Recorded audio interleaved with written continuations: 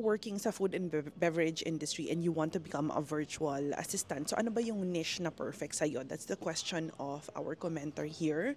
So when it comes to the niche, definitely more on customer service, general VA. Pero ang magiging approach mo kasi nito, sorry maingay, ang magiging approach mo kasi nito is hindi ka maghahanap based on yung niche like e-commerce VA ka ba dapat or customer service ka ba? No, you're going to look for the industry. Ibig sabihin, maghahanap ka ng client specifically in your industry. So, hanap ka ng mga restaurant owners, ng mga hotel owners, yung mga restaurants nila, yung mga ganyan, caterers. So, ganyan yung mga hanapin mo na client. This approach is going to be a little bit difficult kasi more on cold outreach to. Kasi hindi ka naman, kadalasan itong mga industry na to, hindi naghahanap ng mga virtual assistant. And most sa kanila hindi alam na pwede pala sila mag-hire ng VA.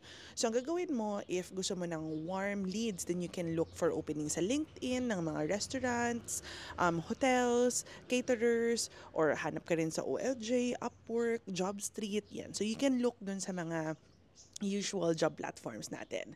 But what you can also do is cold outreach ka din.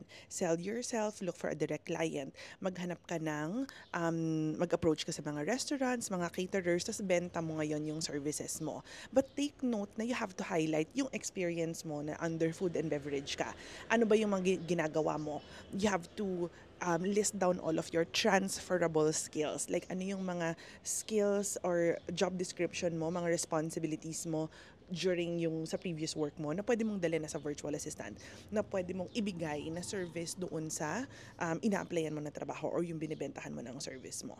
Now, if you're going to look at virtual assistant companies naman, medyo mahirap yan kasi ano tawag dito, yung ganyang, yung maghahanap ka ng industry kasi hindi mo control kung sino yung makakatrabaho mo sa mga virtual assistant companies. Pero let's say you just want to really focus on general VA, just identify kung ano yung mga transferable skills mo and then pag-aralan mo kung ano ba yung pagiging isang general VA or executive virtual assistant kasi yan yung pwedeng mga entry level na position since may work experience ka naman that you can or niche or specialty that you can focus on like general VA and EVA.